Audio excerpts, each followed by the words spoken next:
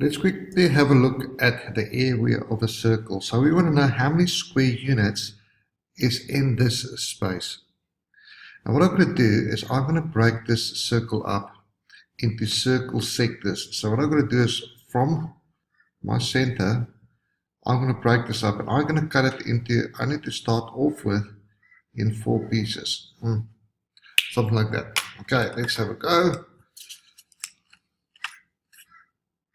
Just through the center and through the center. If I do this and I start putting this down like this, I'm going to get a shape looking like this. If I go and I cut this up even smaller bits,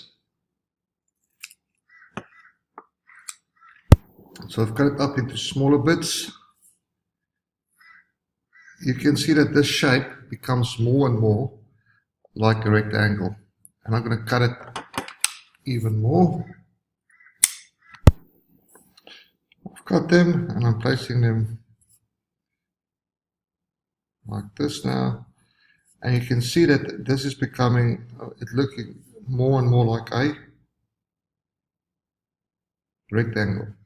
Now the theory is that if I keep on cutting these pieces so they become so small that these edges over here become straight, then we will have a rectangle.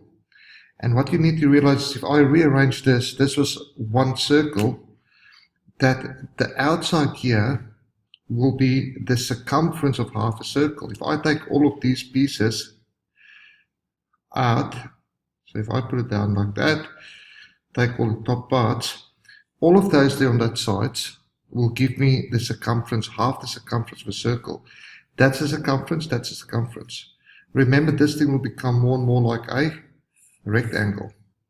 Now, the rectangle's height will be my radius, and the side of my rectangle, well, that will be half the circumference of a circle, because that will be half of it and the bottom will be the other half. So that half will be half the circumference of a circle. Now the circumference is 2 pi r, and if it's half of that, it's divided by 2, which means they divide, and that becomes pi r times r. Therefore, the area of a circle, if we keep on doing it, theoretically, it becomes pi r squared, because it's pi r times r, which gives us pi r squared. And that's how we get the area of a circle. Now the good news is you don't have to go and do this every time. We're just going to use the formula to calculate what is the area of a circle. Now the big thing is you guys get confused with the area and the circumference, because circumference is 2 pi r. Now that's something that you have to go and learn. 2 pi r and pi r squared. You just sometimes use the area in circumference place, or you use the circumference formula when you have to calculate the area. How do you remember this? Well, we know that area is measured in units square. In units square, because that's the area, and therefore it's the one with the radius square. Circumference is just in units, right? There's no units squared. It's just units. Therefore, it's the r that only have one. It's the formula just with one r. And that's where the area of a circle is deduced from.